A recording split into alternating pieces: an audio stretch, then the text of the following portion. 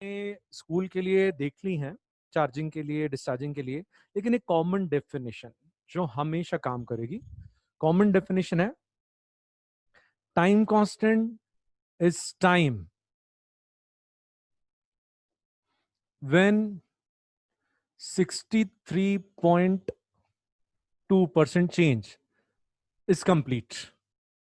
Change is complete, इतना change हो चुका होता है दोनों सर्किट में। ये कॉमन डेफिनेशन है, दोनों के लिए अलग अलग नहीं है। एक विजिबल है ना तुम यार, पेन इधर, फिर उधर मेरे को बिल्कुल भरे हुए पेन मिले थे।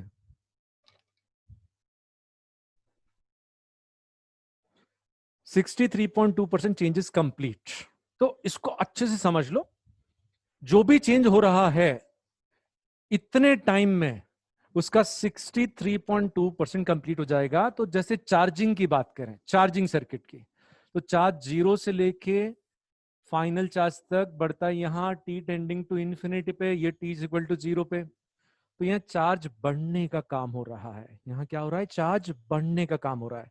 तो इस टाइम तक t is equal to tau तक 63.2% इंक्रीमेंट हो चुका होगा। जो भी हो रहा है चेंज, उसका 63.2% कंप्लीट हो जाएगा। बढ़ने का काम हो रहा है तो 63.2% बढ़ जाएगा। तो यहां बढ़ने का काम हो रहा है तो चार्ज बढ़ के फाइनल का 63.2% हो जाएगा, या 0.632 ऑफ फाइनल हो जाएगा। और डिस्चार्जिंग सर्किट में चार्ज रिड्यूस होने का काम होता है।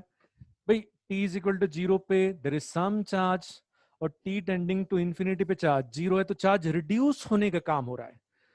तो 63.2% रिडक्शन हो चुका होगा।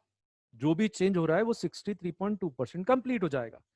तो इस टाइम तक 63.2% से रिड्यूस हो गया है। तो 63.2% से रिड्यूस हो गया, तो जो बचा रह जाएगा वो 36.8% ऑफ इनिशियल, या कहें 0.368 ऑफ इनिशियल। ये फील जो है, रिकॉर्डिंग चालू कर दो भाई। ठीक है ठीक है ठीक है, हो चुका है ना, ऑलरेडी हो गया। चलो बहुत बढ़िया, तो इसका स्क्रीनशॉट ले लो एक बार और फटाफट। ये वो टाइम है जिसमें 63.2% चेंज हो जाता है।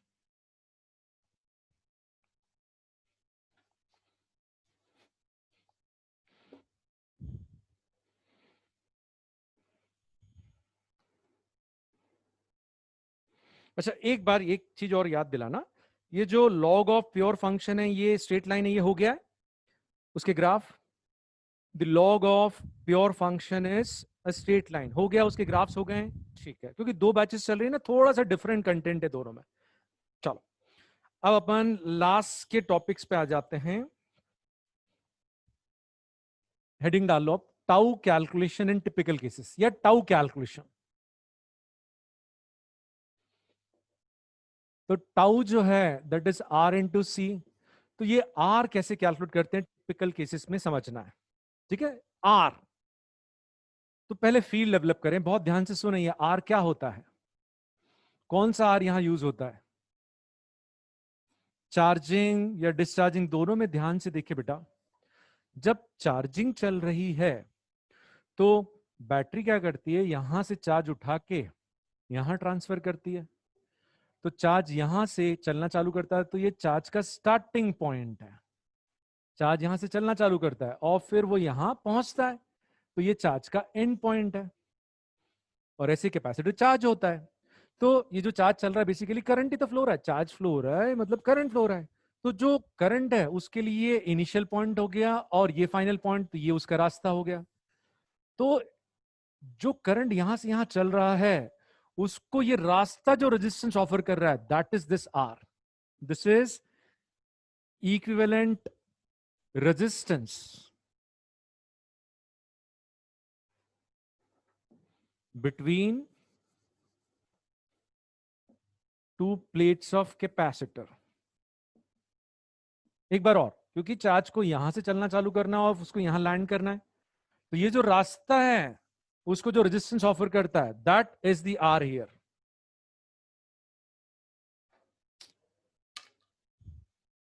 तो और इसको कैसे कैलकुलेट करते हैं, एक पॉइंट ऑफ, ये जो रास्ता रेजिस्टेंस ऑफर करता है उसको निकालने के लिए बैटरी का रेजिस्टेंस भी अकाउंट करना है।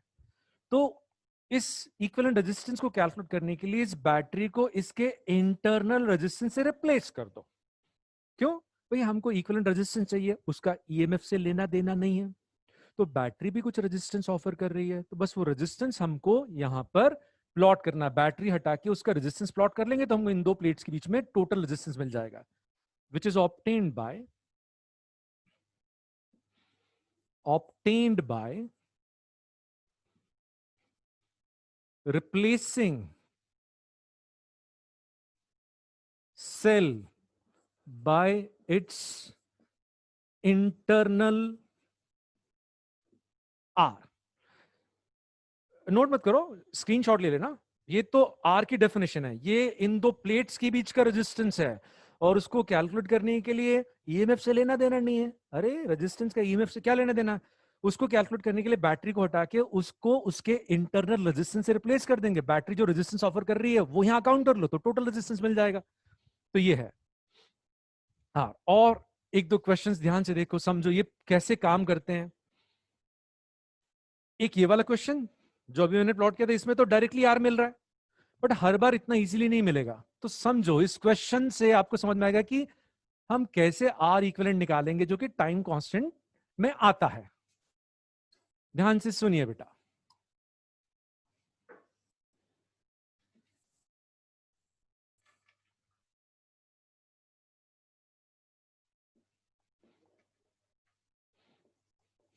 वो कहते हैं टाइम कांस्टेंट बताओ, है ना। पूरा स्क्रीनशॉट ले लेना, ये डेफिनेशन भी आ जाएगी नोट्स में और फिर आपको प्रोसेस भी समझ में आएगा। तो अब देखो यहां पर जो आर कैलकुलेट करना है वो इतना इजी नहीं है। ये वाला जो सर्किट है दिस इज वेरी इजी, इस वाले सर्किट में कोई डेफिनेशन की ऐसे जरूरत नहीं है। ध्यान से सुन लो बेटा, तो सिर्फ ये आर है, इधर कुछ भी नहीं है, तो इन दो प्लेट्स के बीच में सिर्फ आर है ना। और मान लो यहां स्मॉल आर है, तो इन दो प्लेट्स के बीच में टोटल कितना आ गया, आर प्लस आर।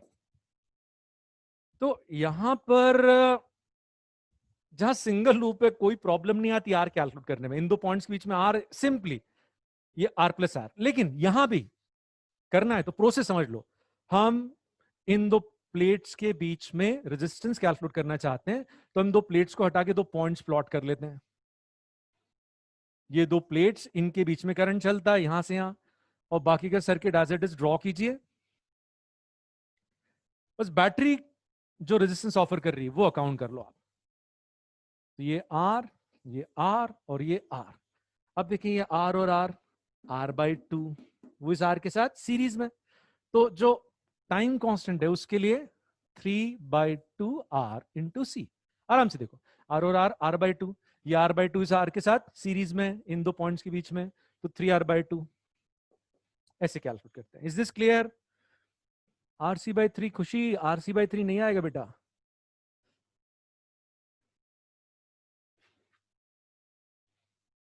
क्लियर है, चलो बहुत ही बढ़िया। एक दो क्वेश्चंस और देखते हैं।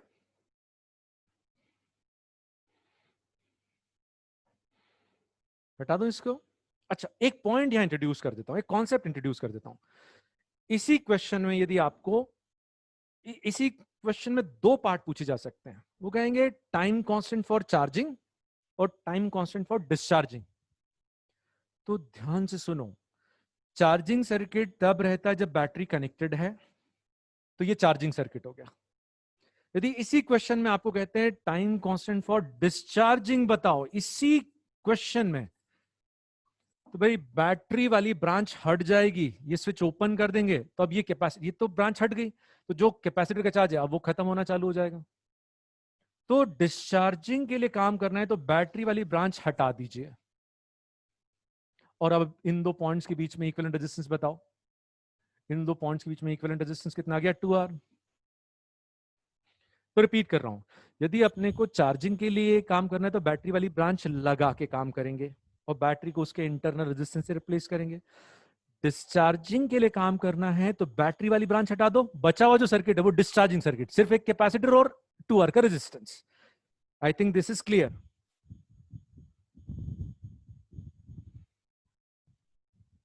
ठीक है, तो ये इसी क्वेश्चन में आप नीचे लिख लेना, टाउ फॉर डिस्चार्जिंग, ये डायग्राम ड्रॉ किया है, और ये डिस्चार्जिंग सर्किट के लिए, ये चार्जिंग सर्किट के लिए, this is for charging circuit.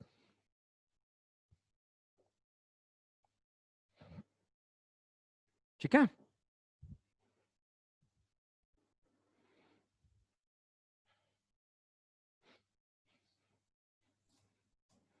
एक दो क्वेश्चन और देखते हैं, प्रोसेस अच्छे से आपको समझ में आए, this is the M.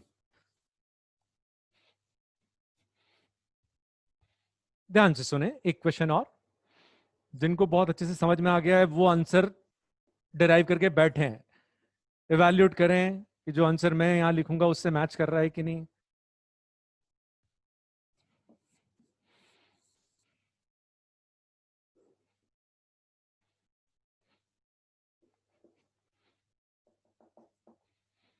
Battery connected है तो डेफिनेटली चार्जिंग सर्किट के लिए पूछा है, और सेल के साथ इंटरनल रेजिस्टेंस मेंशन नहीं है तो आइडियल सेल है भाई, उसको जीरो रेजिस्टेंस से रिप्लेस करेंगे।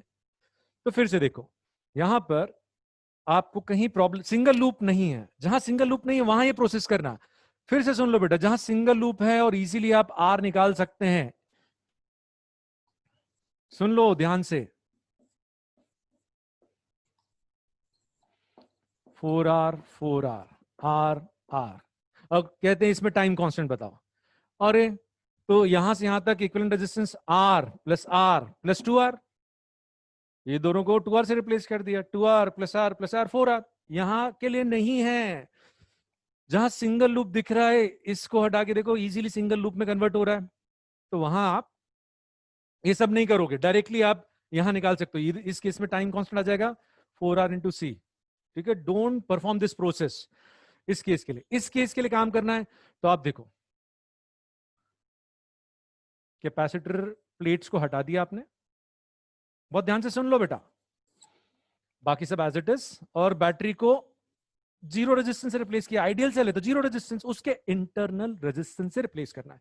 तो आप देखोगे ये जो सेल है इसके दोनों एंड्स आइडियल कंडक्टर से कनेक्ट हो गए हैं, इसके दोनों एंड्स आइडियल कंडक्टर से कनेक्ट हो गए हैं, तो यहाँ पोटेंशियल ड्रॉप जीरो हो जाएगा, तो इसमें करंट नहीं जाएगा, इसमें करंट नहीं जाएगा, तो ये ब्रांच हट जाएगी, क्योंकि आइडियल कंडक्टर से दोनों एंड्स कनेक्टेड है। तो अब देखो इन दो पॉइंट्स के बीच में इक्विवेलेंट रेजिस्टेंस कितना है, सिर्फ आर, ध्यान से देखो, तो यहाँ पे टाइम कांस्टेंट आ गया R × C, बहुत ही बढ़िया, it is R × C, good good good. और यहां पर कोई प्रोसेस परफॉर्म नहीं करना है, no process required, single loop है, नो प्रोसेस रिक्वायर्ड। जहां मल्टीपल लूप आ गए आपको ये काम करना है। ठीक है, स्क्रीनशॉट ले लो बेटा।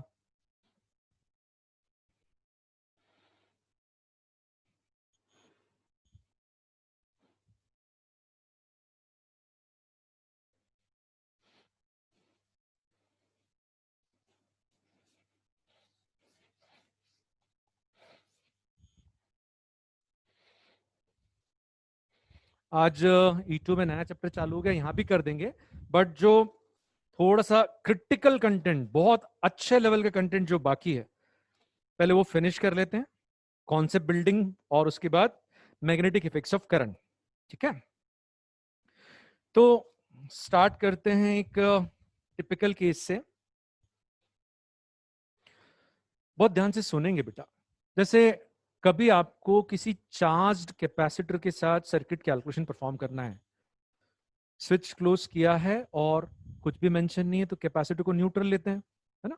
स्विच क्लोज किया है और कैपेसिटर के बारे में कुछ भी मेंशन नहीं है, तो हम उसको न्यूट्रल लेके काम करेंगे। लेकिन यदि कैपेसिटर ऑलरेडी चार्ज्ड है, उसका चार्ज दे रखा है या पूछा है, तो कैसे काम करेंगे, एक बार इसको रिव्यू करते हैं,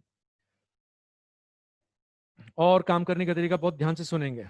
ये 2 ओम है, यहां दे दिया 20 म्यू कूलम का चार्ज है, दिस इज 2 म्यू एफ, और पोलैरिटी भी दे दी, और ये 5 वोल्ट, और आप स्विच क्लोज कर रहे हैं, तो कैसे काम करेंगे, इसमें केवीएल लगाएं बेटा।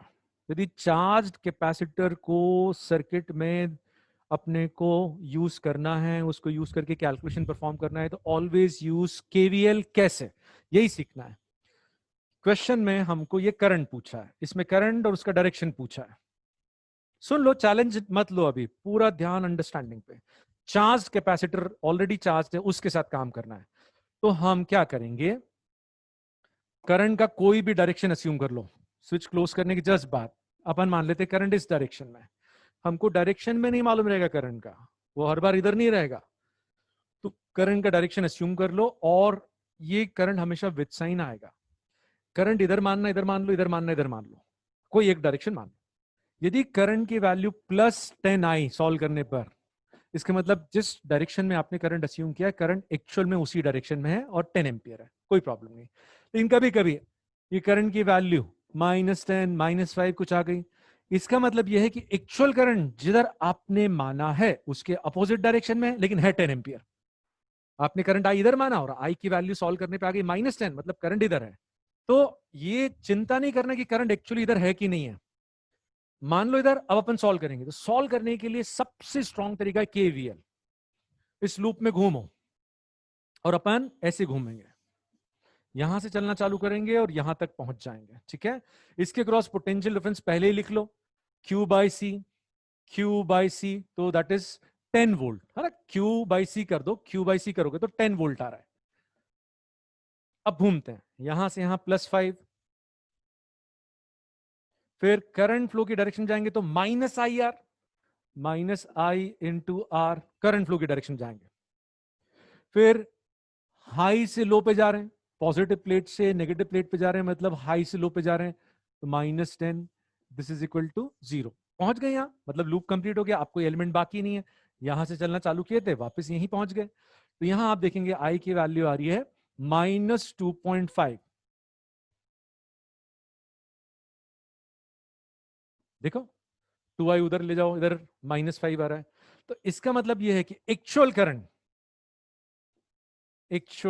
Actualise this and value is 2.5। Actual current इस डायरेक्शन में 2.5 एम्पियर का। Is this clear? यस और नो?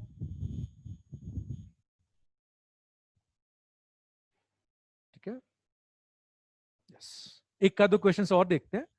तो करंट या पोटेंशियल डिफरेंस या ईएमएफ, तीन पूछेंगे। तो करंट और पोटेंशियल डिफरेंस में गलती ज्यादा होती है, तो वो मैं बताता हूं। करंट मैंने बताया विथ साइन वैल्यू आएगी, तो बिल्कुल चिंता नहीं करना है। एक क्वेश्चन और देखते हैं।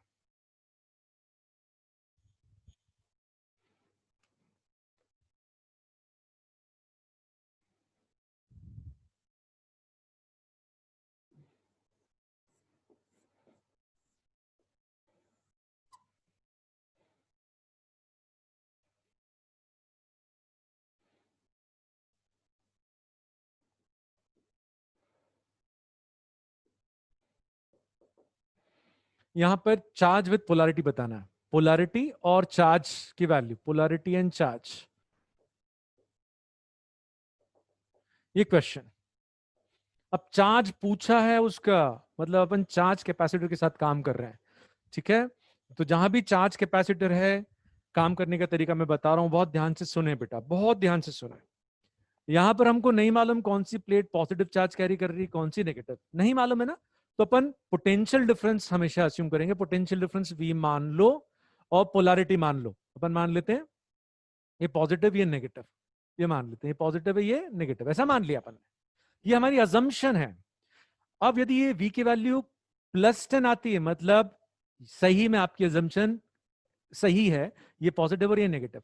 और मान लीजिए V की वैल्यू सॉल्व करने पे -10 आ जाती है, इसका मतलब यहां नेगेटिव चार्ज होगा, यहां पॉजिटिव चार्ज। आपने अब ये माना कि ये हाई पोटेंशियल पे लो पोटेंशियल पे, और ये V माना है। V की वैल्यू प्लस साइन के साथ आती है, मतलब आपकी अजम्पशन सही है, और माइनस साइन के साथ आती है, मतलब ये पॉजिटिव और ये नेगेटिव है। चलो चेक करते हैं। यहां पर भी KVL ऐसे घूमते हैं, यहां से चलना चालू करते हैं, यहां से यहां +10, फिर करंट फ्लो की डायरेक्शन में जा रहे हैं तो -IR, -20, -IR। फिर आपके assumption के हिसाब से हाई से लो जा रहे हैं तो -V, ये VC। हाई टू लो जा रहे हैं तो पोटेंशियल डिक्रीज हो रहा है, कितने से? VC से, तो -VC इज इक्वल टू 0। तो देखो VC की वैल्यू आ रही है -VC, उधर चले जाएगा तो VC की वैल्यू -10 वोल्ट आ रही है। इसका मतलब एक्चुअल में, एक्चुअली यहां नेगेटिव और यहां पॉजिटिव चार्ज है। और फिर चार्ज की वैल्यू निकालना है, चार्ज की value Q is equal to C into V, उसमें माइनस साइन मत यूज करना, चार्ज की सिर्फ वैल्यू बताना है। तो 20 म्यू कूलम, यहां -20 म्यू कूलम, यहां +20 म्यू कूलम। ठीक है, कोई प्रॉब्लम इसमें? समझ में आ गया तो वाई, समझ में आ गया तो वाई।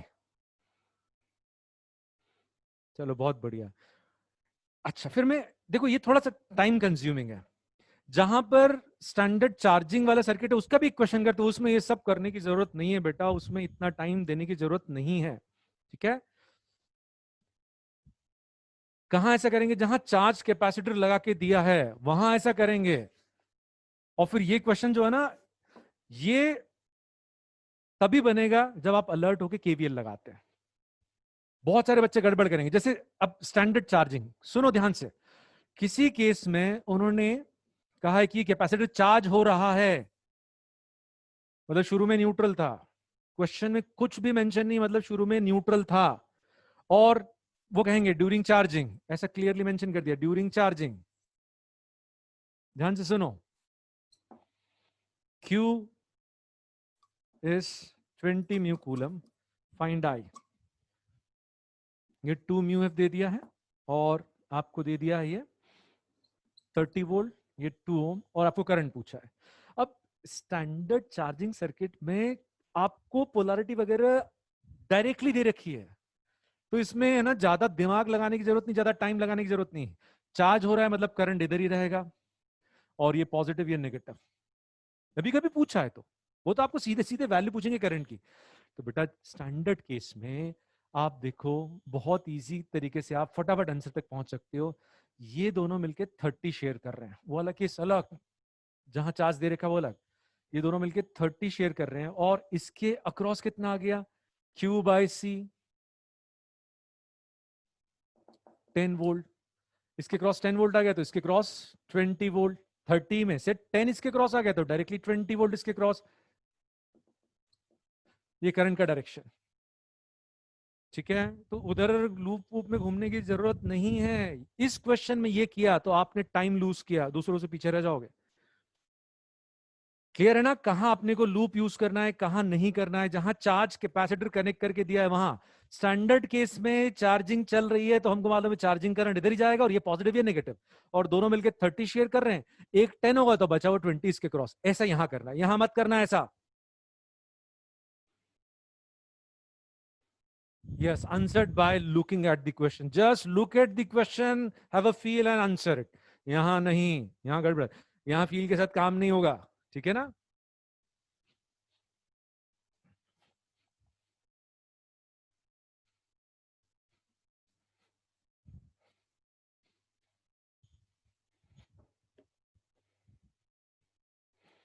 और एक टिपिकल केस,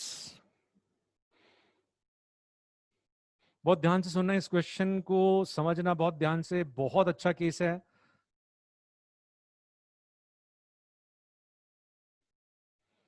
और प्रोबेबल केस मानता हूं मैं। आपको बताऊं, एनटीए के जो पेपर्स आ रहे हैं, एनटीए के पेपर्स, उनका लेवल जो है ना वो एम्स को टच कर रहा है। तो अब मैं कुछ प्रिडिक्ट नहीं करना चाहता हूं। आप तो एग्जाम में बैठेंगे तो नेक्स्ट ईयर अभी जो बैच बैठेगी उससे क्लियर हो जाएगा कि एनटीए जिस लेवल के पेपर दे रहा है उसी लेवल का पेपर आ रहा है क्या।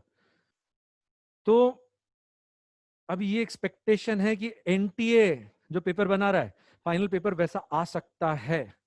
तो हम थोड़े अच्छे कंटेंट की तैयारी पे बहुत फोकस रखेंगे।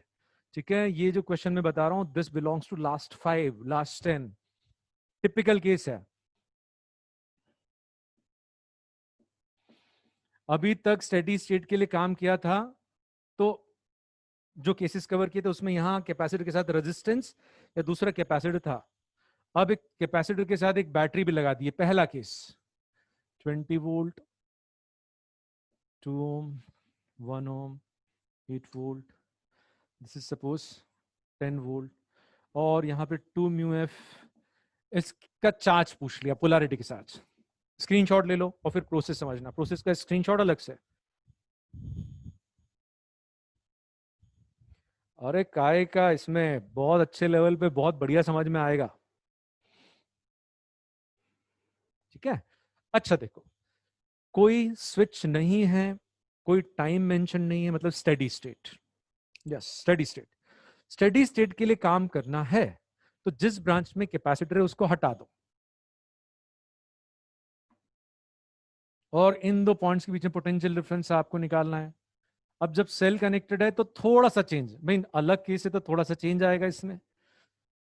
यहां पर इस कैपेसिटर के साथ सेल अभी तक हमने अकाउंट नहीं किया, या तो एक रेजिस्टेंस था या फिर दूसरा कैपेसिटर था, वो क्वेश्चन अपन ने सॉल्व कर लिए। लेकिन अब एक नया केस, टिपिकल केस, इसमें स्लाइट चेंज, केवीएल यूज करेंगे। आप पहले इधर इसके क्रॉस पोटेंशियल ड्रॉप निकालना है ना, तो आपको केवीएल यूज करना है, एक लूप में ट्रैवल करके इसके क्रॉस पोटेंशियल ड्रॉप निकालना है। बैटरी कनेक्टेड है तब, सिर्फ तब तो आपको इस लूप में ट्रैवल करना है, तो उधर करंट मालूम होना चाहिए, नहीं तो ये पोटेंशियल ड्रॉप थोड़ी पता चलेगा। तो करंट सिंगल लूप में बहुत इजीली निकल जाएगा। देखो टोटल ईएमएफ कितना है इस बड़े वाले लूप में, इस ब्रांच को हटा दिया, क्योंकि इसको हटा सकते हैं, इसमें करंट थोड़ी है। तो इधर नेट ईएमएफ कितना है 12 वोल्ट, और नेट रेजिस्टेंस कितना है 3। तो 4 एम्पियर करंट है, जो कि बड़ी वाली बैटरी डिसाइड करेगी। 4 एम्पियर का करंट ऐसे चलेगा, 4 एम्पियर। ठीक है, स्टेप 1। अब आप लूप में घूमो और इसके क्रॉस पोटेंशियल ड्रॉप कैलकुलेट करो, और चार्ज बाद में, पहले पोटेंशियल डिफरेंस। आप ये मान लो कि ये हाई पोटेंशियल है, ये लो पोटेंशियल है, और ये पोटेंशियल डिफरेंस V, जैसे अभी किया था कैपेसिटर के लिए, अपने आप विद साइन पोटेंशियल डिफरेंस आएगा। तो ये पॉजिटिव प्लेट मान ली, ये नेगेटिव प्लेट मान ली, और पोटेंशियल डिफरेंस V मान लिया। अब घूमो, यहां से चलना चालू करो और यहीं तक वापस आ जाओ। तो यहां से यहां +10, यहां से यहां -V, क्योंकि आप पॉजिटिव प्लेट से नेगेटिव प्लेट की तरफ आ रहे हैं, तो हाई पोटेंशियल से लो पोटेंशियल पे आ रहे हैं, तो पोटेंशियल V से डिक्रीज होगा, तो -V, रिडक्शन नेगेटिव साइन के साथ। फिर यहां से यहां -20, फिर यहां से यहां +IR, करंट इधर आ रहा और आप उसके अपोजिट डायरेक्शन जा रहे हैं, तो +IR, टोटल चेंजेस 0, यहां पहुंच गए। तो यहां से देखो आपको V की वैल्यू मिल रही है, इधर है V, उधर ले जाएंगे, V उधर ले जाएंगे, -2 वोल्ट। ठीक है, -2 वोल्ट आया। -2 वोल्ट का मतलब ये है कि जो आपने अस्यूम की पोलैरिटी है गलत है, एक्चुअली ये गलत है। एक्चुअल पोलैरिटी ये है, यहां पॉजिटिव चार्ज, और चार्ज की वैल्यू निकालना है तो पोटेंशियल डिफरेंस की वैल्यू 2 वोल्ट, और ये 2 CV, 4 म्यू कूलम। क्लियर है बेटा? Y और N, बढ़िया, सबका Y क्लियर। एक आध क्वेश्चन और देखते हैं, एक आध क्वेश्चन और देखते हैं,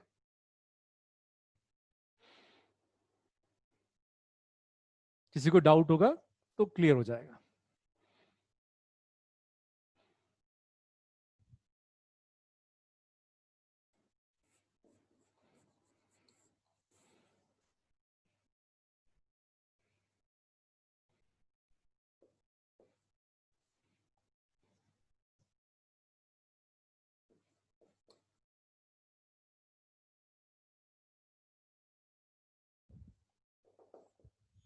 स्क्रीनशॉट ले लो इस क्वेश्चन का।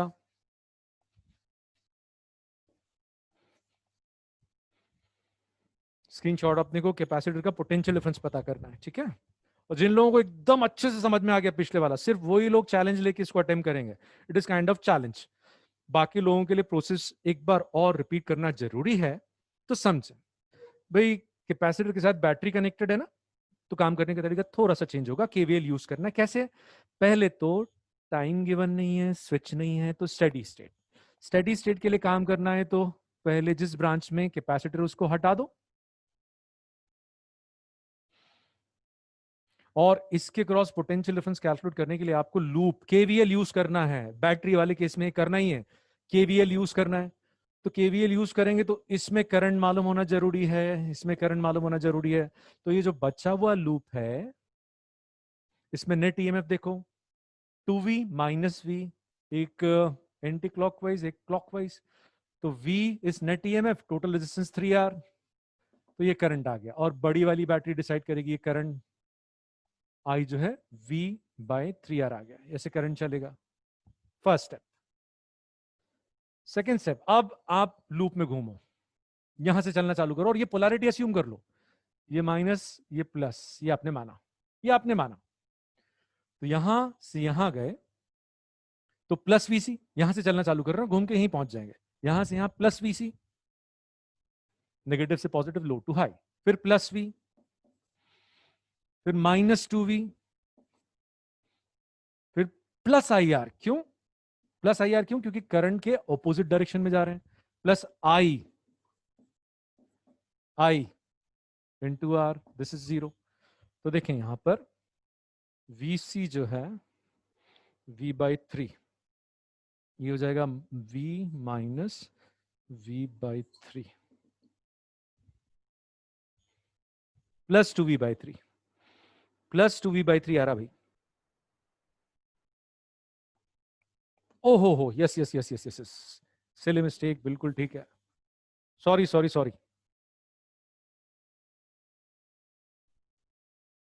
बच गए।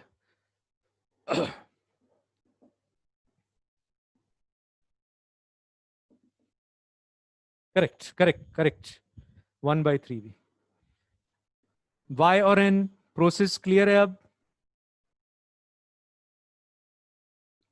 चलो सबकी डबल यस आ गई। चलो बढ़िया बढ़िया, स्क्रीनशॉट लेना तो ले लो बेटा। अब नेक्स्ट टाइप, अब ये बहुत अच्छे क्रिटिकल केसेस है, इनसे सीखने को भी बहुत मिलेगा। अब एक क्वेश्चन जिसका सॉल्यूशन आपको लेंदी लगेगा, वो फाइनली जब मैं सेकंड टाइम एक्सप्लेन करूंगा आप बोलोगे अरे सर क्या शानदार छोटा सा सॉल्यूशन है इसका।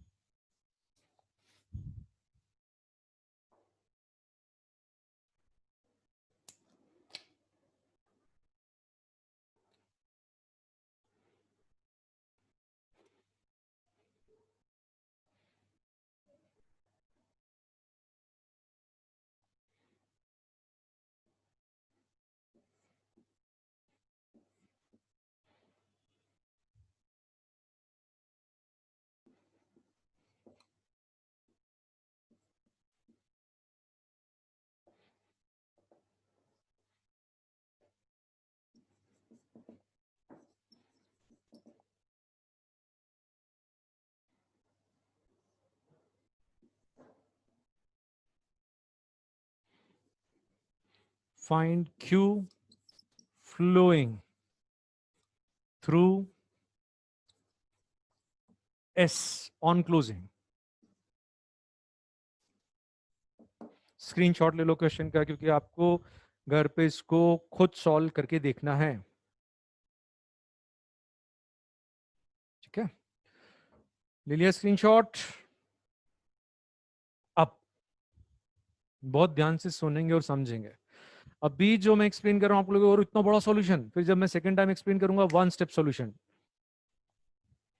यहाँ पे चार्ज फ्लो पता करना है, तो बैकग्राउंड से मान लो कोई एक वायर जिसमें स्विच है, वो एक ही प्लेट से कनेक्टेड है, और स्विच क्लोज करने पे चार्ज फ्लो पता करना है अपने को। तो बस इसका इनिशियल और फाइनल चार्ज पता कर लो। मान लो यहाँ इनिशियल चार्ज 100 म्यू कूलम है, और स्विच क्लोज करने पर फाइनल चार्ज हो गया 200 म्यू कूलम। इसका मतलब चार्ज इसकी तरफ आया है, और कितना आया है? 100। इसकी तरफ आने वाला चार्ज निकालना है, तो final charge minus initial charge. तो एक सिंगल प्लेट है, उससे कनेक्टेड ब्रांच में चार्ज फ्लो निकालना है, तो बस उस प्लेट का फाइनल चार्ज और इनिशियल चार्ज निकाल लो, तो अपने को पता चल जाएगा कितना चार्ज फ्लो हो रहा है, उसकी तरफ जा रहा है कि उससे दूर जा रहा है। तो इसमें कोई प्रॉब्लम होना नहीं चाहिए, है ना? फाइनल और इनिशियल चार्ज निकालना है। मान लो कभी ऐसी ब्रांच है जो दो प्लेट से कनेक्टेड है, कोई बात नहीं भाई, कोई फर्क नहीं पड़ता, काम करने का तरीका स्लाइटली चेंज होगा। तो ये चार्ज जो फ्लो होता है ये निकालना है, तो बस ये चार्ज इन दोनों प्लेट्स की तरफ जा रहा है, डिवाइड हो रहा है, थोड़ा सा इधर जा रहा है, थोड़ा सा इधर जा रहा है। तो ये जो चार्ज इधर जा रहा है, इन दो प्लेट्स का चार्ज चेंज कर रहा है। तो बस अपने को पता करना है इन दो प्लेट्स का इनिशियल टोटल चार्ज और इन दो प्लेट्स का फाइनल टोटल चार्ज। मान लो इनिशियल टोटल चार्ज है 500 म्यू कूलम, और फाइनल सिर्फ रह गया 300 म्यू कूलम। तो चार्ज कम हुआ, मतलब चार्ज छोड़ के गया है। चार्ज छोड़ के गया, एक बात तो ये, इधर वाला चार्ज इधर जाएगा, और कितना जाएगा? कितना जाएगा? 200 म्यू कूलम। कितना जाएगा? 200 म्यू कूलम इसको छोड़ के चला जाएगा। ठीक है, बस ये, इससे ज्यादा कॉम्प्लिकेटेड केस आ ही नहीं सकता। 2 प्लेट से ज्यादा नहीं आएंगे, 1 प्लेट या 2 प्लेट। तो ये तो स्टैंडर्ड केस है हमारी एग्जाम के पॉइंट ऑफ व्यू से, अब तो बहुत ही रेलेवेंट है। तो सुनेंगे इस प्रोसेस को कैसे एग्जीक्यूट करेंगे, यदि ये नहीं भी नोट किया तो अब आ जाएगा। सुनो बेटा, अब सॉल्यूशन। भाई 2 पॉइंट्स के पोटेंशियल्स दे रखे हैं, तो अपन यहां पर एक बैटरी कनेक्ट कर देते हैं 200 वोल्ट की। ये तो मैंने आपको बहुत बार बता दिया है। और हम इस स्विच के थ्रू फ्लो होने वाला चार्ज कैलकुलेट करना चाहते हैं, तो जो चार्ज है इन 2 प्लेट्स की तरफ जाएगा। तो हम बस ये करेंगे, इन 2 प्लेट्स का इनिशियल चार्ज निकालते हैं जब स्विच ओपन है। इनिशियल चार्ज हर बार ऐसे ही करना कि भाई इधर जाने वाला चार्ज पता करना है, तो इन दोनों का इनिशियल चार्ज पता करो, और फिर स्विच क्लोज करने के बाद फाइनल चार्ज निकाल लेंगे भाई। इन दोनों का फाइनल चार्ज स्विच क्लोज करने के बाद फाइनल चार्ज निकाल लेंगे। और टोटल चार्ज, अपन दोनों का टोटल चार्ज निकालेंगे। तो सुनिए ध्यान से, यहां पर ये दोनों सीरीज में है, तो इन दोनों का चार्ज जो है, इन दोनों कैपेसिटर्स का चार्ज जो है वो सेम रहेगा, और इन दोनों का नेट चार्ज 0 रहेगा। सीरीज में जब कैपेसिटर्स कनेक्टेड रहते हैं कभी भी, तो ये दोनों प्लेट्स के चार्जेस जो हैं वो उन दोनों का सम 0 आता है। जैसे मान लो इधर +10 म्यू कूलम, यहाँ +20 म्यू कूलम, तो यहाँ +10, यहाँ 20 नहीं हो सकता, यहाँ इसके ऊपर 10 म्यू कूलम, तो ये भी 10 म्यू कूलम। सीरीज में चार्ज सेम रहता है, सीरीज में तो चार्ज सेम रहता है। +10 -10, यहाँ +10 -10, ये चार्ज हमेशा 0 रहेगा, क्योंकि इन दोनों का आपस में कनेक्शन है। ना कोई चार्ज बाहर से इसकी तरफ आ रहा है, ना यहाँ से बाहर जा रहा है। तो इनिशियल टोटल चार्ज 0 है, तो फाइनल भी कितना रहेगा? 0। तो सीरीज कनेक्शन है, इन दोनों का सीरीज कनेक्शन है, तो ये चार्जेस निकालने की जरूरत नहीं है। इन दोनों का नेट चार्ज इनिशियली कितना है, इनिशियल टोटल चार्ज कितना है? 0। इसमें कोई डाउट? कोई डाउट है क्या इसमें कि भाई सीरीज में इन 2 प्लेट्स का नेट चार्ज, इन दोनों कैपेसिटर्स की बात नहीं कर रहा हूं, इन 2 प्लेट्स का नेट चार्ज कितना आएगा? 0। ठीक है, नो प्रॉब्लम, बहुत ही बढ़िया। अच्छा, अब बहुत ध्यान से सुनो, फाइनल चार्ज निकालना है।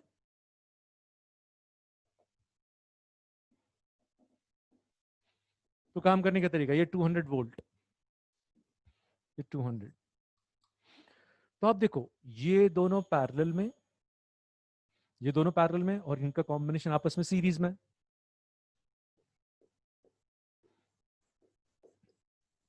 ये दोनों पैरेलल में, ये दोनों पैरेलल में, और इनका कॉम्बिनेशन आपस में सीरीज में। तो ये भी 9 C1 + C2, ये भी 9 C1 + C2, और ये 200।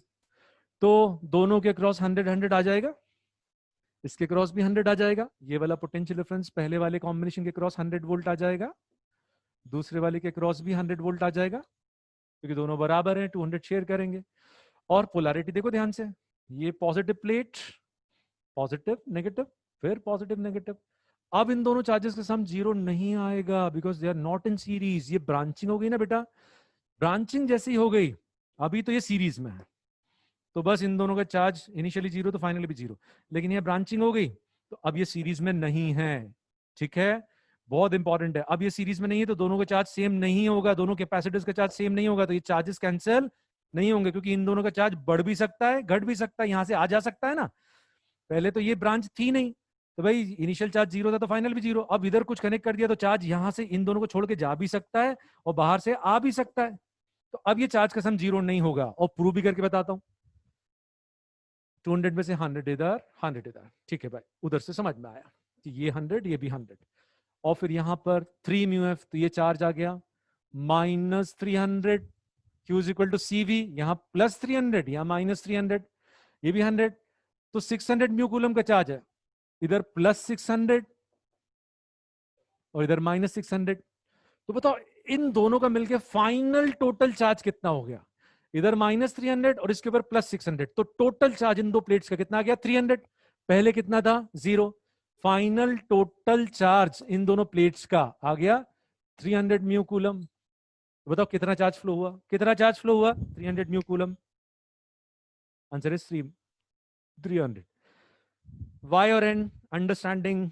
यस और नो? अब इसको बहुत शॉर्ट में सॉल्व करके दूंगा, स्क्रीनशॉट ले लो बेटा, स्क्रीनशॉट ले लो।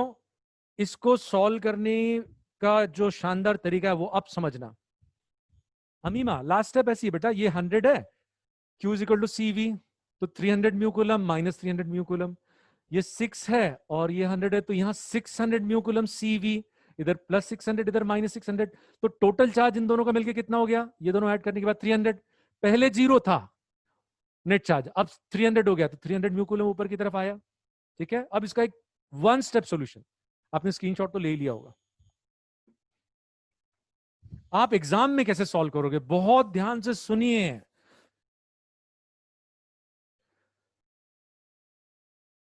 एक ही डायग्राम में, जो क्वेश्चन में डायग्राम दे रखा है उसी के साथ काम कर देंगे अपन। तो देखें यहां पर पहले बिना स्विच के, स्विच बट क्लोज करो, जब ओपन स्विच है तब इनिशियल टोटल चार्ज यहां लिख लो, इन दोनों का इनिशियल टोटल चार्ज, क्योंकि सीरीज में तो इनिशियल टोटल 0, इसमें किसी को डाउट नहीं होना चाहिए। ठीक है, अच्छा फिर यहीं के इसी डायग्राम में इसको क्लोज कर दो।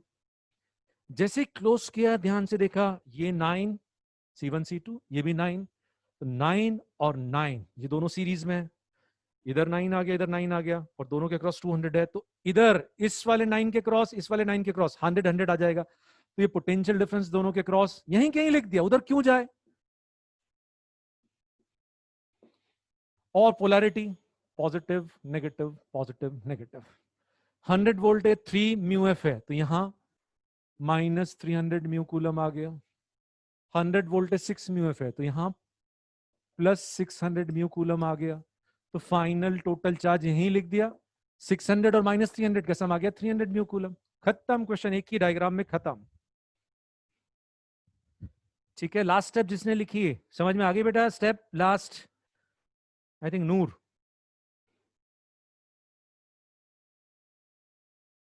चलो बहुत बढ़िया। और इसमें एक और शानदार केस, बहुत बढ़िया case.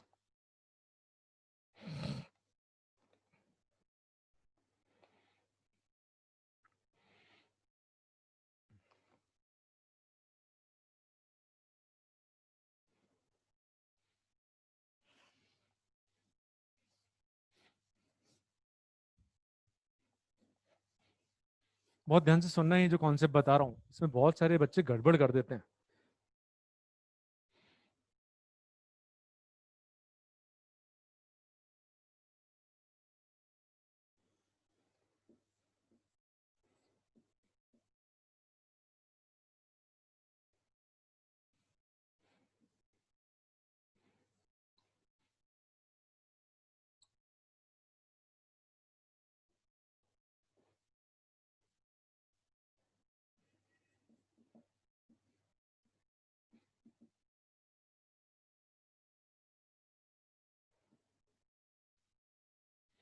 Find Q flowing on closing the switch. Screenshot ले लो इसका क्वेश्चन का।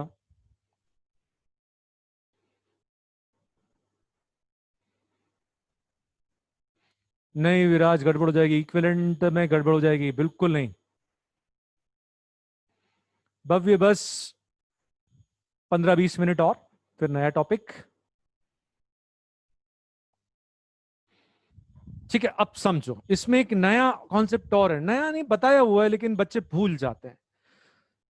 तो चलो सॉल्यूशन सेटअप करते हैं। चार्ज फ्लो कैलकुलेट करना है, तो मैंने सिखाया भाई यहां 2 प्लेट से कनेक्टेड है ये ब्रांच, ये दोनों चार्ज, तो इनिशियल टोटल चार्ज ये ब्रांच नहीं है, ये ब्रांच नहीं है, तो ये पिछली क्लास नहीं, पिछले क्वेश्चन में बताया कि भाई ये दोनों सीरीज में है, तो इनिशियल टोटल चार्ज तो दोनों का 0 रहेगा, इनिशियल टोटल चार्ज 0 रहेगा, ये डेफिनेटली सीरीज कॉम्बिनेशन है।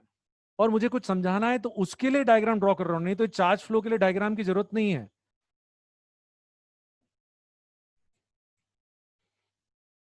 कॉन्सेप्ट के लिए डायग्राम की जरूरत है।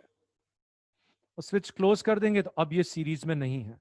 यदि यहां आपको किसी एक का चार्ज निकालना है तो 2 तरीके, बहुत ध्यान से सुनेंगे।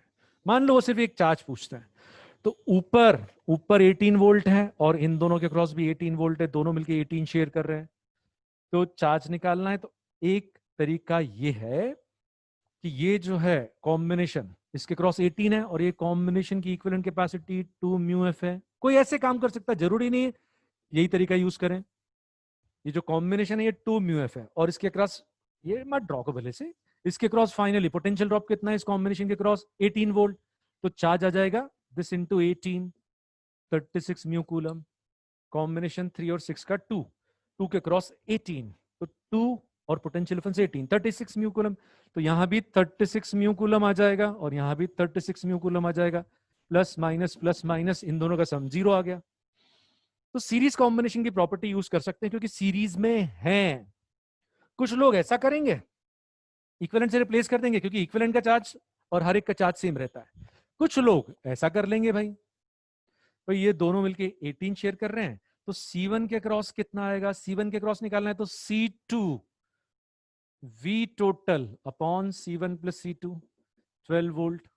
12 वोल्ट इंटू 3, 36, इधर 36 तो इधर भी 36, इधर 12 आ गया तो बचा हुआ 6 इसके क्रॉस आ जाएगा, 6 इंटू 6 36, जो आपको ठीक लगता है। ये तो सीरीज कॉम्बिनेशन की प्रॉपर्टी है, इसमें प्रॉब्लम किसी को होना नहीं चाहिए।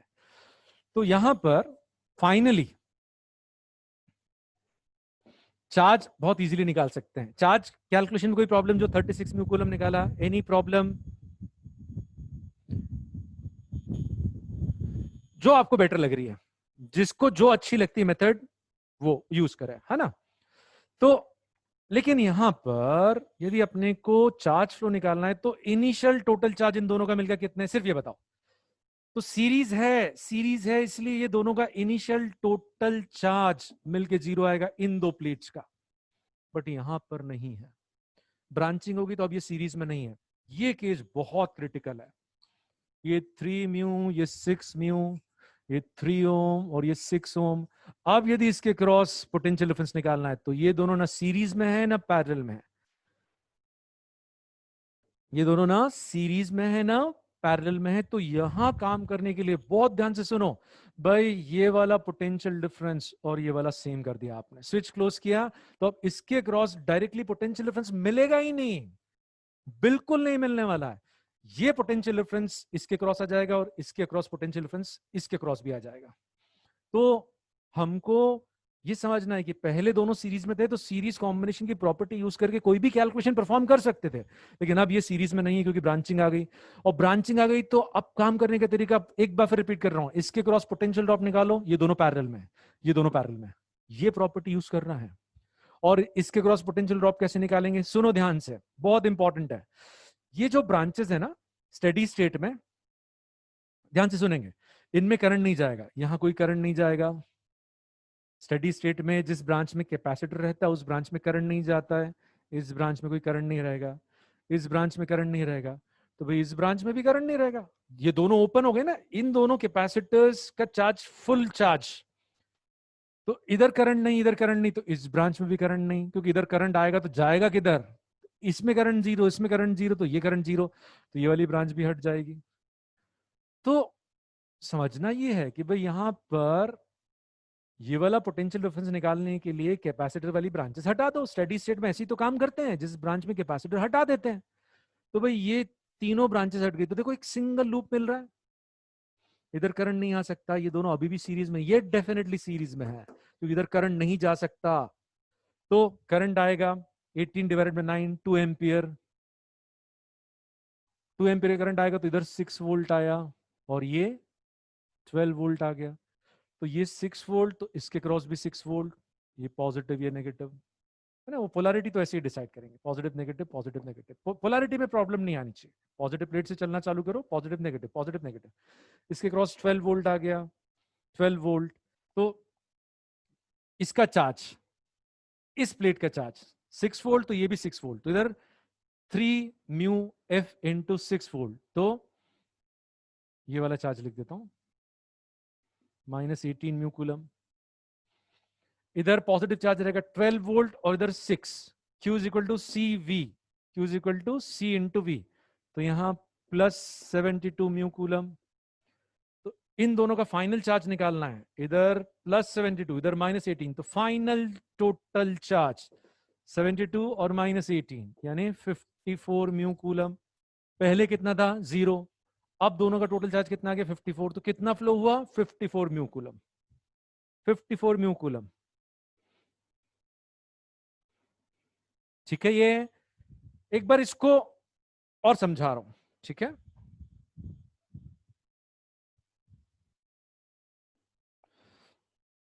यहां पर जैसे ये स्विच क्लोज कर दिया, ये स्विच क्लोज कर दिया, तो समझना ये है, बहुत ध्यान से सुनो, ये वापस कैलकुलेशन बता रहा हूं कि भाई स्टेडी स्टेट में इधर कोई करंट नहीं रहेगा इन तीनों ब्रांचेस में, क्योंकि इधर करंट नहीं जा सकता तो इस ब्रांच में भी नहीं रहेगा, तो ये ब्रांचेस हट जाएंगी, बस ये सिंगल लूप रह गया। ध्यान से देखो, ये सिंगल लूप,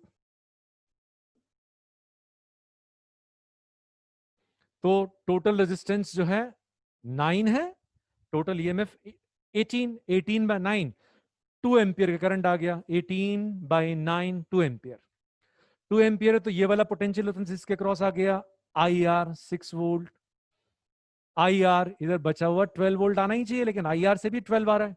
अब इसके क्रॉस पोटेंशियल ड्रॉप और ये वाला पोटेंशियल ड्रॉप सेम है, ये 6 वोल्ट आया तो ये भी 6 वोल्ट, ये 12 वोल्ट आया तो इसके क्रॉस 12।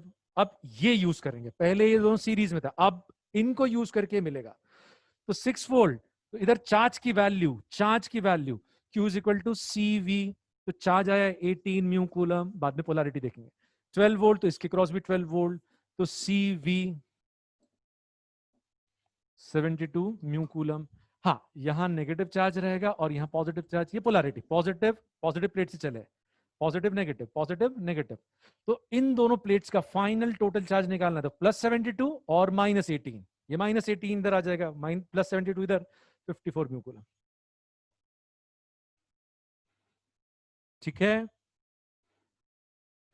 याद समझना बेटा कि यहां ऐसे काम करेंगे, ऐसे काम करेंगे।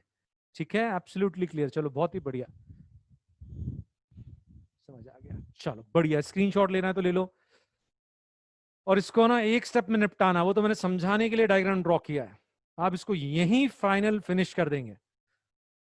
तो एक दूसरे डेटा के साथ अपन एक क्वेश्चन और समझ लेते हैं ताकि इसमें प्रॉब्लम ना आए। अब जिन लोगों को ये समझ में आ गया वो यहीं की यहीं आंसर तक पहुंचो, और जिन लोगों को थोड़ा सा भी डाउट है उनके लिए मैं फटाफट रिपीट कर रहा हूं।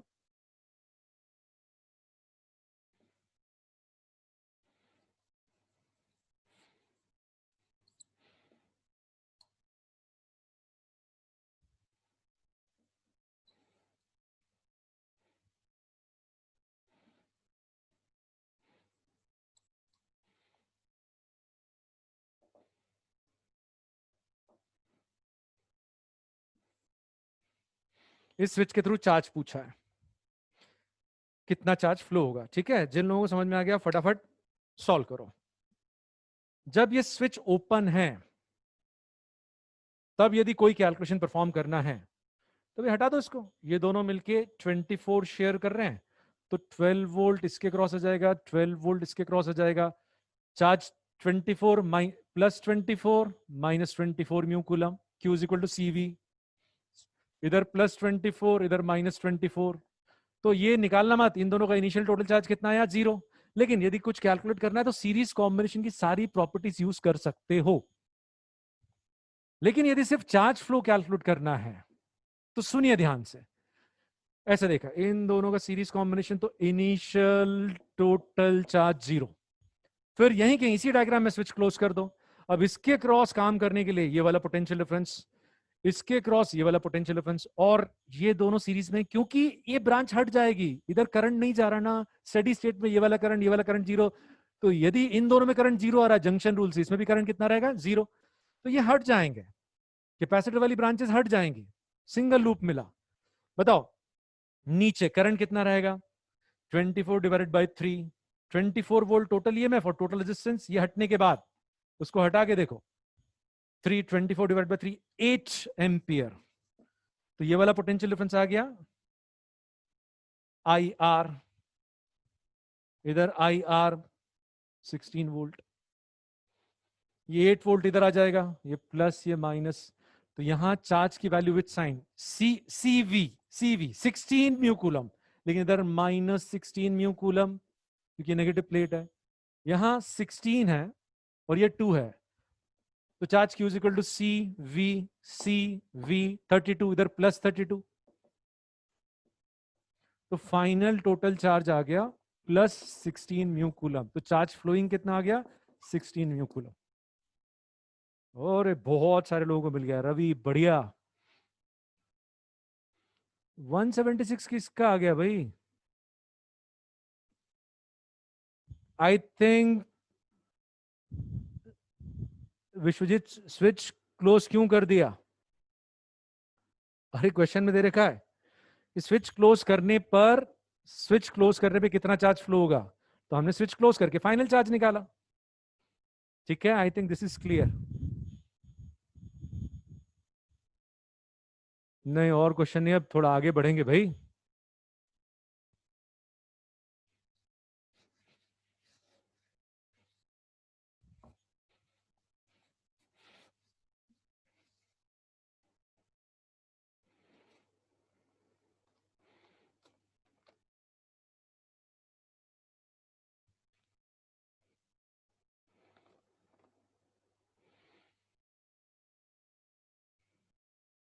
अब ग्राफ के इंटरप्रिटेशन वाला क्वेश्चन, हाफ लाइफ वाला एक कॉन्सेप्ट बताया।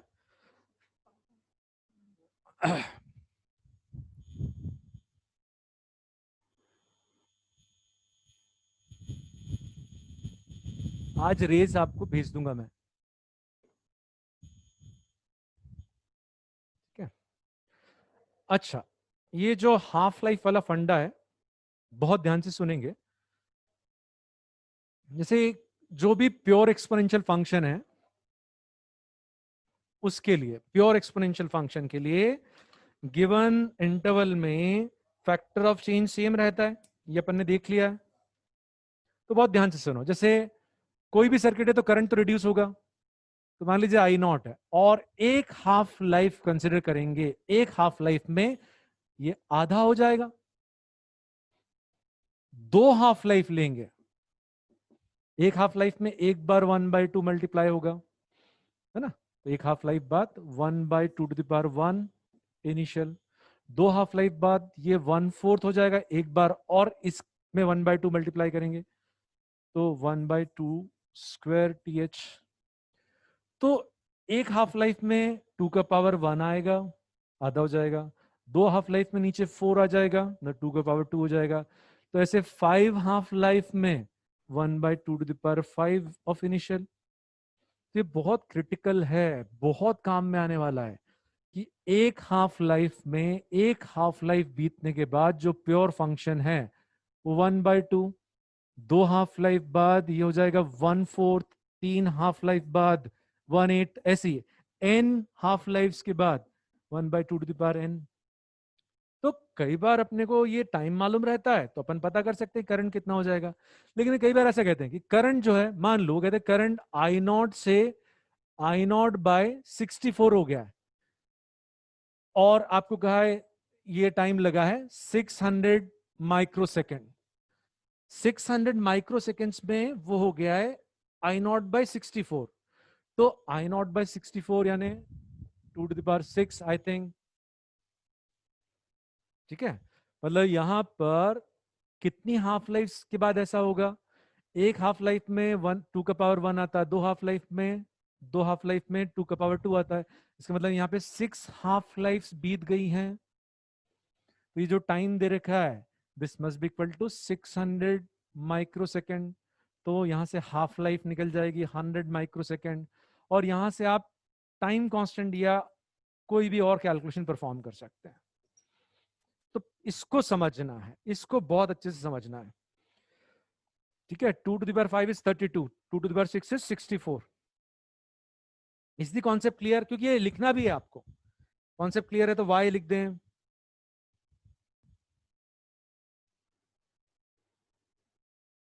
बहुत ही बढ़िया, सब ने वाई लिख दिया। तो एक आध दो क्वेश्चन से ये और अच्छे से समझ लेते हैं।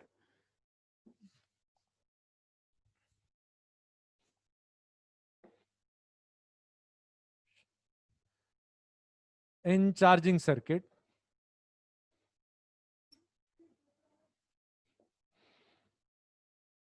I reduces to 1 ampere from 16 ampere in 120 microsecond. Find time constant, बहुत ध्यान से सुनना, फाइन टाइम कांस्टेंट. तो एक बार पूरा रिपीट कर रहा हूं कि जो कैलकुलेशन है वो कैसे परफॉर्म करेंगे. 16 एम्पियर से 1 एम्पियर हो गया, बताओ कितने से रिड्यूस हो गया.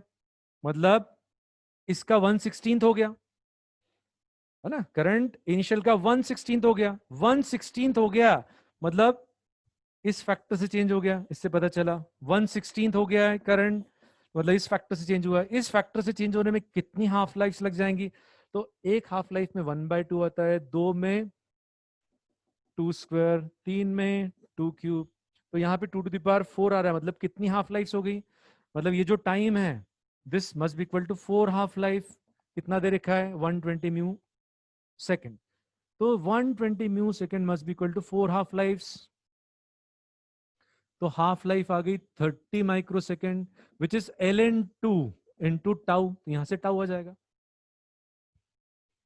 ठीक है, टाउ की वैल्यू हो जाएगी 30 micro second divided by 0.7 half life. इसमें कोई डाउट है, इतनी क्लियर है तो वाई लिखो, क्लियर है तो वाई. इस तरह के क्वेश्चंस बनना चाहिए डायरेक्टली बिना इक्वेशन के. जहां 2 का फैक्टर आ 2 का पावर आ रहा वहां डायरेक्टली बिना एफ वाली इक्वेशन यूज किए. ठीक है, लास्ट स्टेप बस ये ध्यान रखना, ये जो हाफ लाइफ है, half life is ln2 into tau. ये फॉर्मूला मैंने दिया हुआ है क्लास में, भूल गए बेटा आप.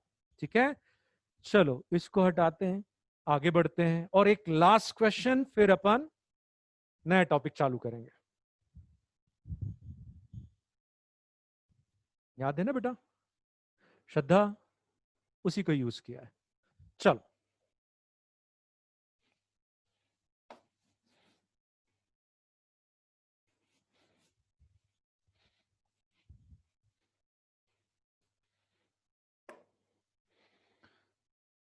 ये बहुत क्रिटिकल है, इंटरप्रिटेशन वाला क्वेश्चन है. थोड़ा सा बैकग्राउंड भी मैं क्लियर कर दूंगा, रिवीजन अच्छा हो जाएगा. ग्राफ वाले 2 क्वेश्चंस देख लेते हैं.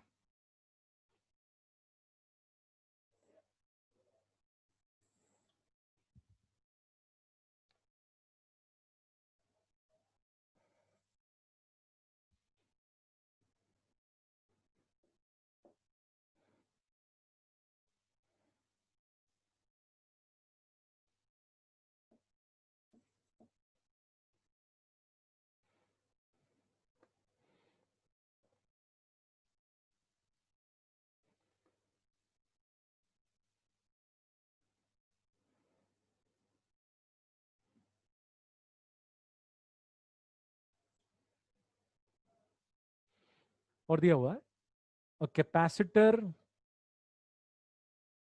is डिस्चार्जिंग सर्किट के क्वेश्चन है, discharging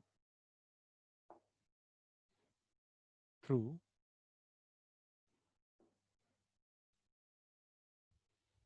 R is equal to 10 ohm. Fine, जो जो मैं बोलता हूं वो आप बताने की कोशिश करना. Current as function of T दे रखा आपको. ठीक है, current as function of T. चलो देखें कितनी अलर्टनेस है. बहुत अच्छा क्वेश्चन है, ग्राफ वाले बहुत कम क्वेश्चंस मिलेंगे और ये एक प्रोबेबल केस है, आ सकता है बिल्कुल. सबसे पहले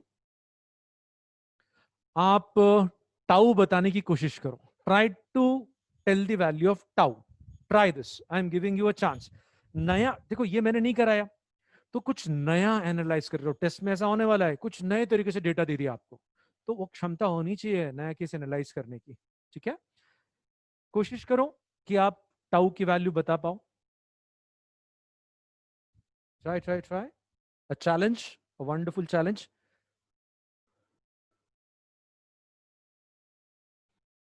हितेश, मुझे टाउ की वैल्यू चाहिए बेटा. आपने आइडेंटिफाई तो सही कर लिया, प्योर फंक्शन है, डिक्रीज हो रहा है. देखो करंट 10 से 10 से 2.5 हो गया, करंट 10 से 2.5 यानी 10/4 हो गया,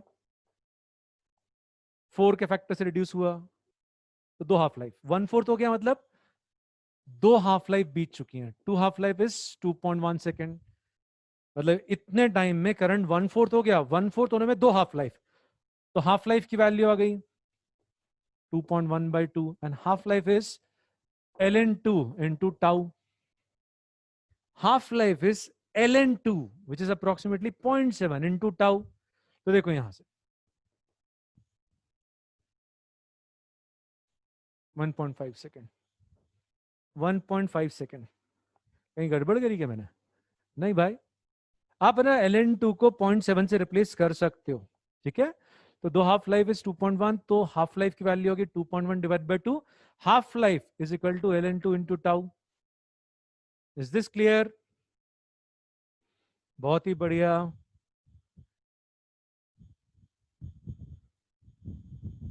ठीक है, सबको क्लियर है ये पहला वाला पॉइंट? वाई? एब्सोल्युटली, चलो बहुत ही बढ़िया। पहला कैलकुलेशन हो गया। सेकंड, क्या आप सी बता सकते हो? अब इसको यूज करो। टाइम कांस्टेंट क्या होता है? R into C, that is time constant 1.5। R की वैल्यू दे दी आपको 10, तो सी की वैल्यू होगी 0.15 फेराड। बहुत इजी है, 0.15। अब पूरी चेन चल जाएगी, अब पूरी चेन चलेगी। बट एक दो पॉइंट्स इसमें और अच्छे हैं, ये वाला इसलिए मैंने नहीं बताया कि ये तो बहुत इजी था।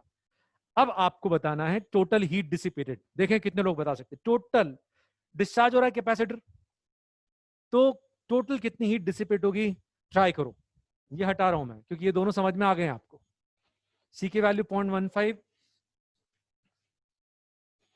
टोटल कितनी हीट डिसिपेट होगी?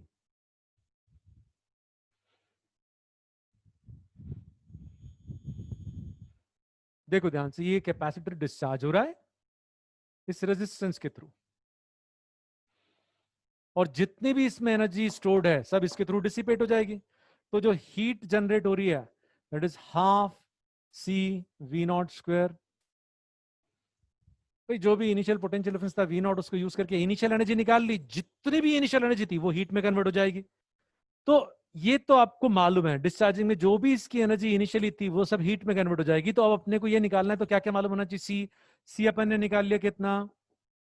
0.15 एसआई सिस्टम में। वी नॉट, ध्यान से देखो, वी नॉट बहुत इंपॉर्टेंट है। ये 10 ओम का रेजिस्टेंस है और इनिशियल करंट 10 एम्पियर है। और ये ग्राफ यूज करो, अब ग्राफ वापस यूज करना है।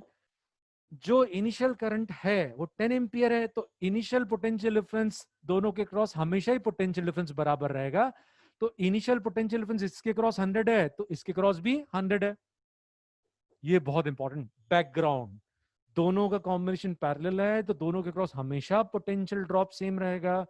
तो इनिशियल पोटेंशियल डिफरेंस इसके क्रॉस निकालना है, तो जो इनिशियल इसके क्रॉस है वो निकाल लो। अच्छा, इसके क्रॉस इनिशियल पोटेंशियल डिफरेंस निकालने के लिए इनिशियल करंट मालूम होना चाहिए।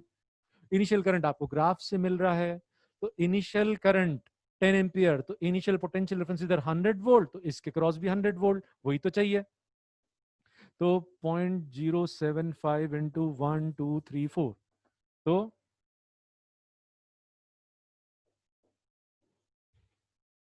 अरे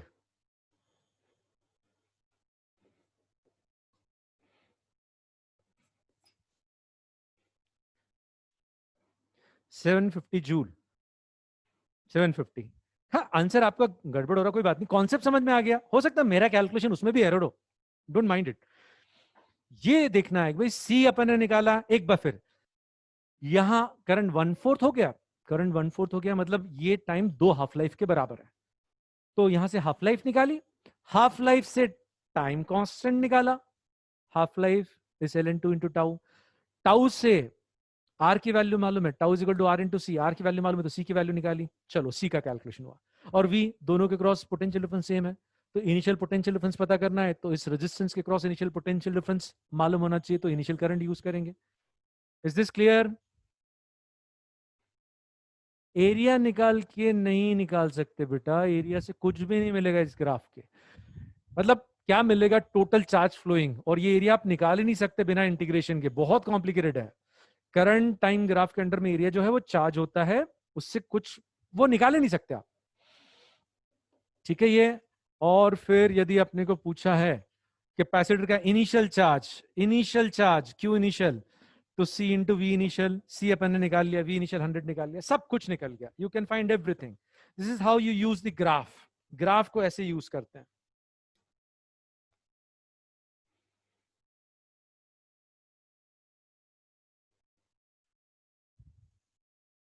ये हो गया, और मुझे देखने तो कुछ छूटा तो नहीं है।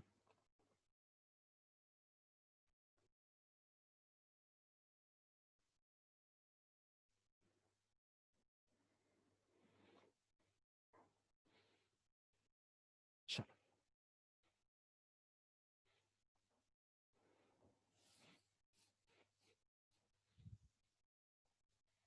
MEC magnetic effects of current,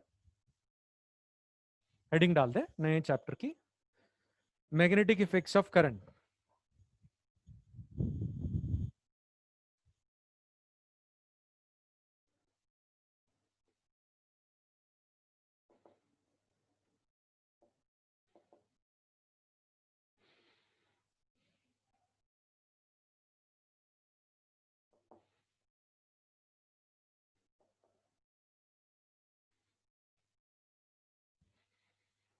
थोड़ा सा बैकग्राउंड इसका समझ लेते हैं, हिस्टोरिकल बैकग्राउंड।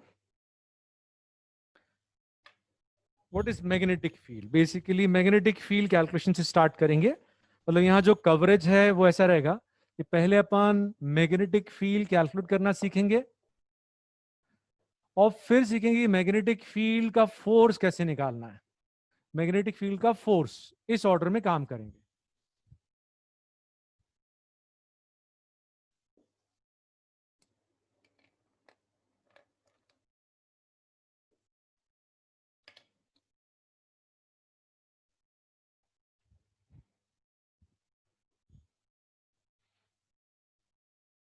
देखो, पहले मैग्नेटिक फील्ड का थोड़ा फील्ड डेवलप करते हैं, इलेक्ट्रिक फील्ड से समझते हैं हम।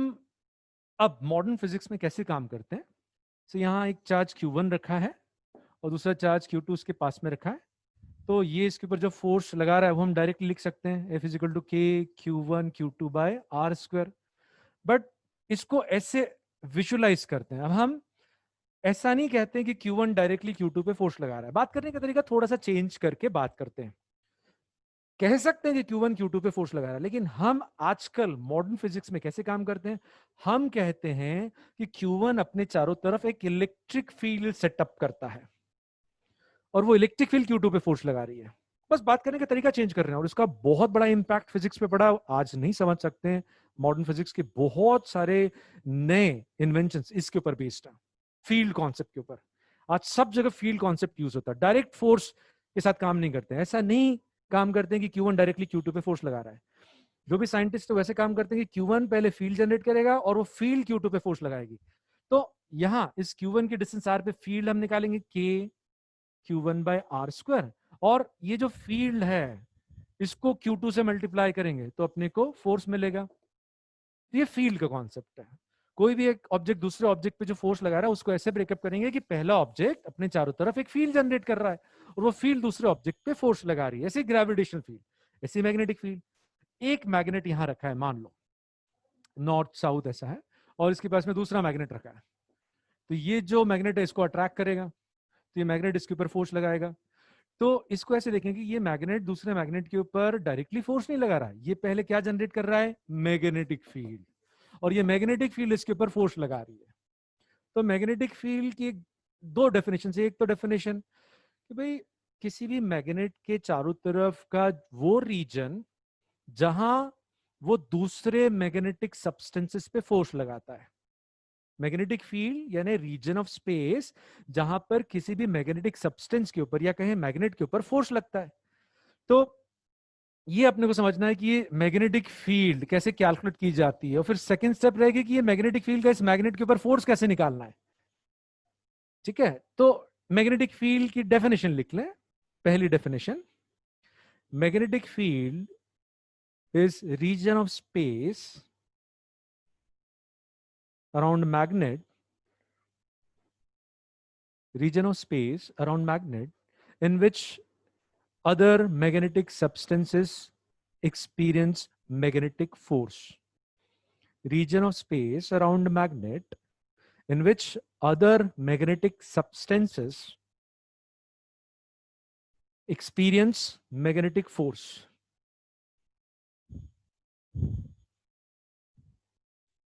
क्या?